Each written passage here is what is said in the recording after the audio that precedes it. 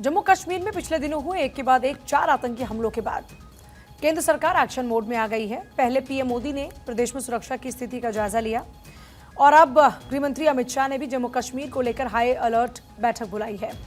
माना यह जा रहा है कि गृह मंत्री की इस बैठक में जम्मू कश्मीर में जो आतंकी हमला हुआ उसके खिलाफ कोई बड़ा एक्शन लिया जा सकता है। इस बैठक में गृह मंत्री अमित शाह के साथ राष्ट्रीय सुरक्षा सलाहकार अजीत डोभाल, जम्मू कश्मीर के उपराज्यपाल मनोज सिन्हा, सेना और सीआरपीएफ के सीनियर अधिकारी शामिल होंगे। इससे पहले केंद्रीय गृह मंत्री अमित शाह ने शुक्रवार को एक बैठक की थी जिसमें रियासी में तीर्थ यात्रियों को ले जा रही बस पर हमले सहित कई आतंकवादी घटनाओं के मद्देनजर जम्मू कश्मीर में सुरक्षा स्थिति की समीक्षा की है। जानकारी सोर्सेस के हवाले से ये है कि गृह मंत्री को जम्मू कश्मीर की मौजूदा स्थिति और आतंकी घटनाओं के बाद उठाए गए कदमों के बारे में जानकारी दी गई है। आज इसी मुद्दे पर चर्चा होने जा रही है। इसमें हमारे कई मेहमान भी हमारे साथ में मौजूद रहेंगे जिनके साथ में हम चर्चा करने वाले हैं। इस बीच सबसे खास बात यह है कि एक तरफ बैठकों का सिलसिला चल रहा है, दूसरी तरफ 16 जून को अमरनाथ यात्रा पर बड़ी बैठक अमित शाह की अध्यक्षता में बड़ी बैठक होने जा रही है जिसमें एनएसए अजीत डोभाल होंगे, आर्मी चीफ होंगे, अजीत सिन्हा मौजूद रहेंगे। तो देखिए, इससे पहले एडीजीपी ने आगामी अमरनाथ यात्रा को लेकर तैयारियों का जायजा लिया है। अमरनाथ यात्रा जो कि शुरू हो रही है 1 जुलाई से, और ऐसे में अमरनाथ यात्रा से पहले एक अहम बैठक बुलाई गई है क्योंकि रियासी में जिस तरीके से तीर्थयात्रियों के ऊपर हमला हुआ उसके बाद जाहिर तौर पर लोगों में एक डर बना हुआ है। अमरनाथ यात्रा से पहले अधिकारियों ने नागरिकों से सुझाव भी मांगे और फिलहाल ये बहुत ही अहम जानकारी इस वक्त है। बाबा बर्फानी के भक्तों के लिए एक तरफ जहां इंतजार की घड़ियां खत्म होने वाली है तो वहीं दूसरी तरफ इस वक्त अमरनाथ यात्रा को लेकर जो तस्वीर आ रही है सामने, उसमें इम्पॉर्टेंट है ये बैठक जो कि सुरक्षा के लिहाज से बहुत ही अहम है। जम्मू कश्मीर में एक बार फिर से आतंकी घटनाओं को बढ़ता देख पीएम मोदी ने इस पर अपनी कोर टीम के साथ में बैठक की है और कई तरह के दिशा निर्देश भी दिए गए हैं। तो देखिए, फिलहाल की अगर अभी बात करते हैं तो ये बेहद अहम बैठक होने जा रही है जिसको कि हाई लेवल बैठक के तौर पर देखा जा रहा है। प्रधानमंत्री मोदी ने पिछले 4 दिन में सुरक्षा बलों और आतंकवादियों के बीच 4 मुठभेड़ के बाद जम्मू कश्मीर में स्थिति का आकलन किया, समीक्षा बैठक की। पीएम ने गृह मंत्री अमित शाह और राष्ट्रीय सुरक्षा सलाहकार अजीत डोभाल को बातचीत की। पीएम को केंद्र शासित प्रदेश की सुरक्षा संबंधी स्थिति और सशस्त्र बलों द्वारा किए जा रहे आतंकवाद विरोधी अभियानों की पूरी जानकारी भी दी गई।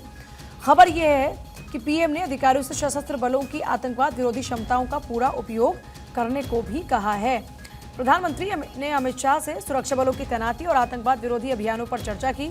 जम्मू कश्मीर के उपराज्यपाल मनोज सिन्हा से भी बातचीत की है और केंद्र शासित प्रदेश की जो इस वक्त स्थिति है उसका जायजा भी उनकी ओर से लिया गया है। हमारे साथ में इसी पर बातचीत के लिए खास मेहमान जुड़े हुए हैं। Wing commander retired Praful Bakshi हमारे साथ में डिफेंस एक्सपर्ट के तौर पर, अमित रैना हमारे साथ में रहेंगे कश्मीरी एक्टिविस्ट। इन दोनों के पास पहुंचे इससे पहले सैयद तजम्मुल मेरे इस वक्त सहयोगी से जुड़ रहे हैं जम्मू से, उनका एक बार रुख करते हुए। सैयद तजम्मुल, अभी क्या जानकारी इस वक्त है? हाई लेवल बैठक होने जा रही है, खबर ये है कि जो इंतजामात वहाँ पर किए जा रहे हैं या फिर जो वहाँ के हालात हैं उसको लेकर बाकायदा गृह मंत्रालय ने पूरा अपडेट पीएम मोदी को दिया है। देखिए, जिस तरह से जम्मू कश्मीर में अमरनाथ यात्रा के लिए जो इंतजाम है वो सबसे पहले यहाँ के लोग करते हैं। यहाँ के पोनी वाले, यहाँ के घोड़े वाले, यहाँ के पर्यटकों का एक मेला सा लग जाता है क्योंकि एक अनएम्प्लॉयमेंट का सोर्स जो है वो अमरनाथ यात्रा भी किसी तरह से पूरा करता है। दूसरा, जम्मू कश्मीर पुलिस के परिवार, न सिर्फ वो लोग जो खाकी वर्दी लगाकर ड्यूटी करते हैं बल्कि उनके परिवार में जो लोग हैं वो अमरनाथ यात्रियों का इस्तकबाल करने के लिए यहाँ पे आता है। और तीसरा अहम गुट जो है जम्मू कश्मीर के सियासतदान, national conference, PDP, Congress, BJP और बाकी पार्टियों के कार्यकर्ता और लोग जो है बेसब्री के साथ इसका इंतजार करते हैं। लेफ्टिनेंट गवर्नर मनोज सिन्हा जम्मू कश्मीर में ये 1.5-2 महीने जो यात्रा के लिए होते हैं, चाहे वो जम्मू कश्मीर में मुख्यमंत्री हों या गवर्नर साहब हों, तो उनकी ये पहली जिम्मेदारी बनती है कि वो किस तरह से इसको सुरक्षा और बेहतर तरीके से अमरनाथ यात्रा के पीरियड को पूरा करें। लेकिन जम्मू कश्मीर में गुज़श्ता 30-40 वर्षों के जो मिलिटेंसी पीरियड में हमने किसी भी वक्त कोई भी आतंकी संगठन या हो या कोई हुर्रियत कॉन्फ्रेंस का कोई गुट हो, किसी ने यात्रा के खिलाफ कोई बात नहीं की बल्कि उन यात्रियों का इस्तेकबाल किया है। जिस तरह से कल लेकिन सैयद तजम्मुल, इस बार डर इसलिए बना हुआ है क्योंकि रियासी में जो इस बार तीर्थ यात्रियों को टारगेट किया गया, ऐसा कभी नहीं हुआ क्योंकि तीर्थ यात्री हो जो पर्यटक हैं खास तौर पर, वो यहाँ पर एक रोजगार का जरिया है। लेकिन इस बार तीर्थ यात्रियों पर हमला करके लोगों में दहशत का माहौल पैदा हो चुका है और अमरनाथ यात्रा पर भी उसकी छाप देखने को मिल सकती है। बिल्कुल, देखिए, जम्मू प्रोविंस में जिस तरह से इन यात्रियों पर हमला किया गया उसी हर तरफ से निंदा की जा रही है और हमला आवरों के खिलाफ न सिर्फ लोग बल्कि वो स्टेक होल्डर्स भी नाराज हैं जिससे गालिबन आपको अंदाजा होगा कि उन पे कितना दबाव होगा जिन्होंने ये घिनौना काम किया हो। लेकिन आप कोई भी इबादत के मरकज में जाएंगे, किसी भी रिलीजियस प्लेस पे जाएंगे, उसके बाद वापस आकर आपकी छलनी गोलियों से छलनी लाश बरामद होगी तो उनके घरों पे क्या गुजरी होगी। लेकिन यकीनन इस सारी सूरत हाल के बीच में जो कटरा रियासी में ये वाकया पेश आया शिवखोरी के पास, ये वाकया अमूमन जम्मू कश्मीर में हमारा जो अमरनाथ यात्रा का जो कैलेंडर होता है उसमें सुरक्षा व्यवस्था को और ज्यादा पुख्ता करने की जरूरत है। क्या पता दुश्मन किस तरफ सिर निकाले, क्या पता उनके इरादे इस तरफ के मंसूबे किस तरह से होंगे। मुझे लगता है कि जम्मू कश्मीर में जो सुरक्षा व्यवस्था है शिवखोरी के इस एपिसोड के बाद जम्मू कश्मीर में जम्मू कश्मीर पुलिस, सीआरपीएफ, सेना और थ्री रायर जो सिक्योरिटी सिस्टम है उसका और ज्यादा मजबूत करने की जरूरत है। लेकिन यात्रा के लिए मेरे हिसाब से सबसे बड़ी सुरक्षा जो है वो कश्मीर की है और कश्मीरियों की है, जो उन्होंने पिछले 30-40 वर्षों में बंदूक के साये में भी अपनी हिफाजत यात्रियों को करने की जो जिम्मेदारी निभाई है उसको आगे भी इसी तरह से निभाते रहेंगे। सुरक्षा बल अपनी जगह है और अपनी जिम्मेदारियां निभा रहे हैं। पूजा, सुरक्षा बल अपनी जिम्मेदारी निभा रहे हैं, कश्मीरी अपनी कश्मीरियत को निभा रहे हैं 30 से 40 साल से। उम्मीद है कि इस बार भी वही तस्वीर रहने वाली है। विंग कमांडर प्रफुल्ल बख्शी जी हमारे साथ में लगातार बने हैं। प्रफुल्ल सर, हाई लेवल की बैठक, इस हाई लेवल की बैठक में क्या क्या आकलन होना ज़रूरी है और क्या वो स्टेप्स हैं जिनको उठाना इस वक्त बहुत ज़रूरी है? देखिए, थैंक यू वेरी मच अपने चैनल में बुलाने के लिए। सबसे बड़ी बात ये है, ये जो इम्पोर्टेंट मुद्दा है जिसको हम डिस्कस कर रहे हैं काफ़ी टाइम से, इस मुद्दे में आपको ये पता होना चाहिए कि ये जो अमरनाथ यात्रा की बात हो रही थी और बात हो रही है, मतलब बड़े भीषण और भयंकर हमले हो चुके हैं। हमको सारे लेसन्स मिल चुके हैं। क्वेश्चन ये है, हमने कितने लेसन्स एम्बाइब किए, कितने एब्जॉर्ब किए, कितने पॉलिटिकल ऑपोजिशन में आ जाते हैं तो उनको हम कर नहीं पाते। हमारे पास बहुत प्रॉब्लम होती हैं। सबसे बड़ी चीज़ है, जो मीटिंग अभी हुई है उसमें किस किसने भाग लिया है, पहले तो ये पता होना चाहिए कि जो बैठे हैं वो अपना आंकड़ा सबसे ज़्यादा दे सकते हैं। सबसे बड़ी चीज़ ये है कि इसमें जो प्रॉब्लम आएगी इन यात्राओं में, सबसे बड़ी जो चीज़ अभी हमने देखी है, यात्रियों पे हमला हुआ है, ये है टेररिस्ट एलिमेंट जो हमला करते हैं। चाहे वो यात्रियों पे हमला कर रहे हो, चाहे एयरफोर्स स्टेशन पे हमला कर रहे हो, चाहे किसी रेलवे स्टेशन पे, कहीं भी ये टेररिस्ट हैं। एक ही ऑर्गेनाइजेशन इनको चला रही है, वो है आईएसआई और पाकिस्तान आर्मी। पीओके से आते हैं और उधर से यहाँ स्लीपर सेल्स का मदद लेते हैं। देखिए, जम्मू और कश्मीर के जो साधारण नागरिक हैं वो हमसे भी ज्यादा देशभक्त हैं, ये मैं कह सकता हूं। पर जो स्लीपर सेल्स हैं, जो 0.8%, 0.5% भी नहीं होंगे पूरी पॉपुलेशन के, उनको कौन रोकेगा? उनको रोकने के लिए आपको अभियान चलाना पड़ेगा। आपकी सिक्योरिटी को पता है, जम्मू एंड कश्मीर पुलिस को पता होता है कि ये कहां है, चाहे वो एक्शन ले या ना ले। कोई मुझे नहीं कह सकता कि श्रीनगर से कोई कन्याकुमारी तक कोई टेररिस्ट एक्टिविटी हो और लोकल पुलिस को ना पता हो, इम्पॉसिबल। ये पता होता है और ये लोकल पॉलिटिशियन जो इनसे कनेक्टेड होता है टेररिस्ट से, वो कंट्रोल कर लेता है और वो नहीं होने देता। यहां पे इंटेलिजेंस फेलियर आती है। क्योंकि इंटेलिजेंस फेलियर इसलिए आती है मैडम, क्योंकि हमारे पास इतनी सारी सिक्योरिटी एजेंसीज हैं, सब बड़े बहादुर हैं। अभी आपने कहा सबके पास लैस हैं, आधुनिक इक्विपमेंट है, पर कोऑर्डिनेशन किसके पास है? कोऑर्डिनेशन नहीं होती। मैं यहाँ पे ऑपरेट कर चुका हूं, मैं इनकी ट्रेनिंग ले चुका हूं पैरामिलिट्रीज की। मुझे ये बताया गया था कि जब एक सेक्टर में कोई टेररिस्ट मिलता है, दूसरा बताता नहीं, क्योंकि वो क्रेडिट लेना चाहता है। ये मैं उनकी क्लास लेता हूं, मेरे क्लास में बोला था एक सीनियर एसपी ने। तो आप ये जो बात कर रहे हैं, ये तभी आएगी कि आप एक कमांड और कंट्रोल में पूरे जम्मू को लेके, कश्मीर को लेके आएंगे सिक्योरिटी एंगल से। बाकी चीजें ठीक है, और वो डायरेक्टली रिपोर्ट करेगा मिनिस्टर, डिफेंस मिनिस्टर और स्ट्रोक प्राइम मिनिस्टर को। तब बात बनेगी, नहीं तो नहीं होगी। ये आपका तो आप ये कह रहे हैं कि लोकल पुलिस का इन्वॉल्वमेंट नहीं होना चाहिए, और अगर है तो बहुत ही ईमानदारी के साथ होना चाहिए, तब जाकर ऐसे स्लीपर सेल को भी डीएक्टिवेट किया जा सकता है। उनके ऊपर कंट्रोल होना चाहिए, मॉनिटरिंग होनी चाहिए। ठीक, अमित रैना जी, रियासी हमला, उसके बाद और आतंकी हमले, और उसके बाद अब अमरनाथ यात्रा, दर्जन भर से ज्यादा अब तक अमरनाथ यात्रा पर हमले हो चुके हैं, लेकिन इस बार ये पूरी कोशिश की जा रही कि ऐसी घटना ना घट पाए। अभी आप क्या तस्वीर देख पा रहे हैं? देखिए, पहले तो मैं ये कहना चाहूंगा कि जम्मू कश्मीर पुलिस का जो योगदान रहा है आतंकवाद से लड़ने का, मुझे लगता है कि इतनी बहादुर पुलिस फोर्स पूरे हिंदुस्तान में नहीं होगी। 1800 से ज्यादा पुलिस ऑफिसर्स ने जवान अपनी शहादत पाई है। वो चाहे कांस्टेबल लेवल हो, चाहे वो डीआईजी लेवल हो, इतने सीनियर लेवल तक की ऑफिसर्स की शहादत रही है। तो उन पे प्रश्न चिन्ह उठाना मुझे नहीं लगता कि ये ठीक है। नहीं, बिल्कुल आप सही जहां बात तक कह रहे हैं। अभी भी इतने सारे जब ऑपरेशंस हुए तो उसमें जम्मू कश्मीर पुलिस के कितने जवानों की शहादत हमने देखी है। देश के लिए वो कुर्बान हो गए, उन्होंने अपनी जान दी ऐसे आतंक को खत्म करने के लिए। जम्मू अगर एक समय में जम्मू कश्मीर में अगर कोई एक चिन्ह रह गया था जो भारतीयता का प्रतीक था, तो वो जम्मू कश्मीर पुलिस की, जो हालात बहुत ज्यादा खराब थे। जहां तक बात आती है कि अभी जो हालात है इनको कैसे सुलझाया जाए, कैसे, देखिए जैसे जैसे जम्मू कश्मीर नॉर्मलसी की ओर जाता जाएगा, वैसे वैसे पाकिस्तान की बेचैनी बढ़ती रहेगी। और उस बेचैनी में वो हर तरह की ऐसी हरकत करेंगे जिसमें जम्मू कश्मीर में ऐसा ना लगे कि हालात सामान्य हैं। तो भारत सरकार को, जम्मू कश्मीर प्रशासन को हर समय 2 कदम आगे रहना पड़ेगा। अगर आप जो रियासी का एंगल देखें, तो रियासी के एंगल में बहुत बड़ी बात यह है कि जो आतंकवादी वहां पे ऑपरेट कर रहे हैं, वो तकरीबन साउथ ऑफ पीर पंचाल में पिछले 2 साल से ऑपरेट कर रहे हैं। वो एक लार्ज ग्रुप है जो ऑपरेट कर रहा है और जिन्होंने मल्टीपल अटैक्स को अंजाम दिया है, जिसमें चाहे वो एयरफोर्स कॉन्वे पे जो अटैक हुआ, रियासी में अटैक हुआ, उससे पहले डांगरी में जो अटैक हुआ, एक गांव में जिसमें हिंदुओं को पहचान कर मारा गया। तो ये निरंतर प्रयास किया जा रहा है कि अब जम्मू रीजन में जो लार्जली पीसफुल था उसमें टेररिस्ट एक्टिविटीज बढ़ाई जाए और कहीं ना कहीं जो कम्युनल एंगल है उसको भी इंट्रोड्यूस किया जाए। इसलिए हिंदुओं पे ज्यादा अटैक हो रहे हैं, क्योंकि जम्मू में हिंदू पॉपुलेशन अच्छी खासी और एक कम्युनल कॉन्फ्लिक्ट होने की इसकी प्रोबेबिलिटी बढ़ जाती है। तो चाहे वो हिंदू गांव पे अटैक हो, चाहे वो हिंदू यात्रियों पे अटैक हो, चाहे वो हिंदू घर पे अटैक हो, तो एक प्रयास वो भी किया जा रहा है।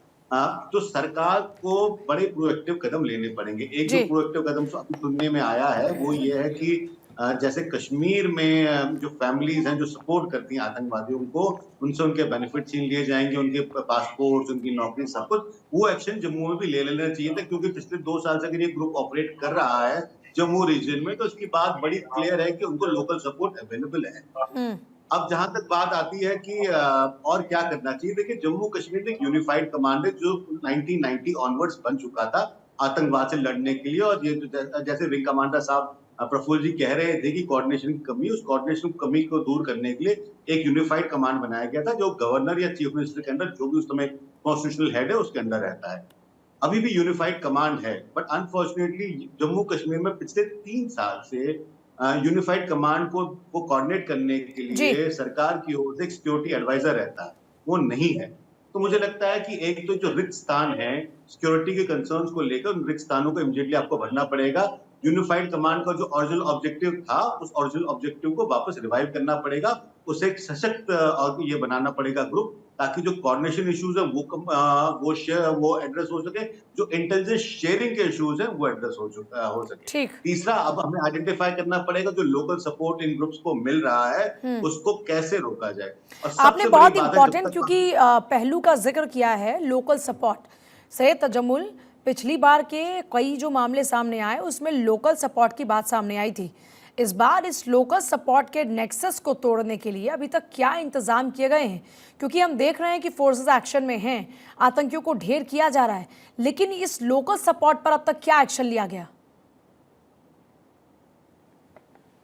पुलिस ही है, क्योंकि जम्मू कश्मीर पुलिस के यहाँ के ही ऑफिसर हैं, कोई केपीएस करके, कोई आईपीएस करके, एसडीपीओ लेवल से एसएसपी डिप्टी इंस्पेक्टर जनरल तक पहुंचे हों, और उनको रेंज के बारे में बहुत ज्यादा टोपोग्राफी और यहाँ के लोगों के बारे में बहुत ज्यादा जानकारी है। क्योंकि हमारा ट्राइबल कम्युनिटी एक तरफ से कश्मीर और जम्मू का उनका माल मवेशी समेत रुख करने का भी सिलसिला है, वो भी लोकल जानते हैं। और खासकर आर्मी के सीनियर अफसर जो यहाँ काफी टाइम से रह रहे हैं, उनका भी रोल बड़ा अहम है। दूसरा ये कि लोकल सपोर्ट में जब जम्मू कश्मीर पुलिस को लगेगा कि शक की सुई जो है वो कहीं पर है, जहां पर अमरनाथ यात्रियों को या किसी भी आम नागरिक को, लोकल को या नॉन लोकल को निशाना बनाने की कोई साजिश की जा रही हो, तो सबसे पहले जम्मू कश्मीर में जो इस वक्त एसआई वही काम कर रहा है, एनआईए वही काम कर रहा है, जम्मू कश्मीर पुलिस वही काम कर रहा है कि जो माजी के हमने हालात देखे, कौन लोग थे जिन्होंने हालात को बिगाड़ने का काम किया, कौन लोग थे जिन्होंने उस वक्त भी लाइन ऑफ एक्शन और जो डिफरेंट वर्टिकल्स में काम करते रहे।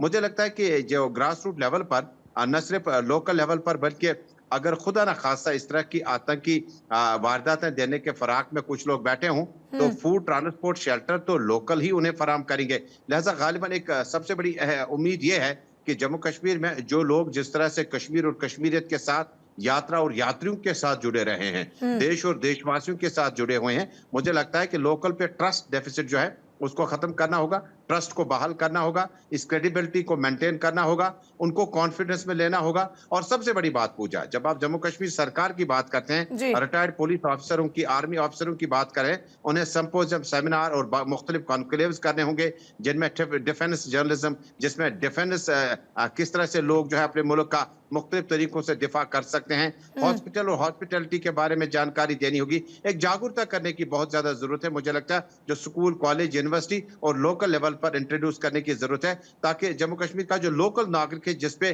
खुदा ना खास्ता कल को शक न करना पड़े हमें, उस चीज को मुझे लगता है कि दूर करने की जरूरत मतलब है। आप ये कह रहे हैं कि अगर कोई भ्रम में है भी, अगर किसी को बरगलाया गया है भी, तो उनके तमाम शकों को दूर करके फिर से भरोसे में लेने की आवश्यकता है, और ये एक ऐसा प्रयास होगा जिसके जरिए वहां पर शांति बहाली भी होगी और जो लोग गुमराह हो गए हैं उनको एक बार फिर से ट्रैक पर लाया जा सकता है।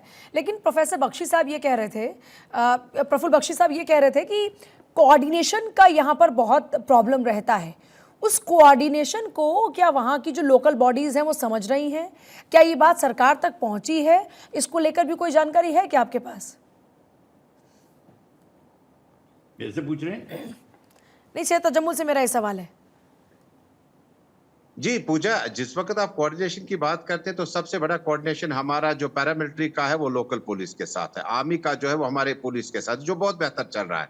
लेकिन जो लोकल कोऑर्डिनेशन की जरूरत है, वाकई जिस तरह से मैंने कहा कि पुलिस थानों में जिस तरह से थाने दिवस मनाए जाते हैं, सोशल कम्युनिटी पुलिसिंग में आप वेटरन लोगों को, मोहल्लेदारों को बुलाते हैं, और उसके बाद थाना पुलिसिंग और सोशल पुलिसिंग, क्राइम पुलिसिंग के बारे में बहुत ज्यादा जानकारी देते हैं। मुझे लगता है कि जिस तरह से हमने शुरुआत की कि यूनिवर्सिटी, कॉलेज लेवल तो अपनी जगह, इंस्टीट्यूशनलाइज अपनी जगह, लेकिन हमारे जो थाने हैं उनमें लोकल लोगों को ला कर उन्हें, क्योंकि किसी भी दीन में, चाहे वो किसी भी मजहब से कोई शख्स ताल्लुक रखता हो, दूसरे दीन के बारे में, दूसरे मजहब के बारे में उसे मुदाखलत करने का हक नहीं है। इस तरह से जब आप थानों में इनको बुलाएंगे, जो आप मोहल्ला कमेटियां होती हैं, जो वेटरन कमेटी के लोग होते हैं, गुरुद्वारा प्रबंध कमेटियां होती है, इसी तरह से मंदिरों की कमेटियां हैं, मस्जिदों की कमेटियां हैं, मुझे लगता है एक प्रोग्राम सीरीज शुरू करनी होगी जहां पर पुलिस अफसर जो है मिल बैठकर इन बुजुर्गों के साथ, नौजवानों के साथ, खवातीन के साथ ये डिस्कस करें कि मजहब में इन चीजों की, यात्रा की इंपॉर्टेंस कितनी है,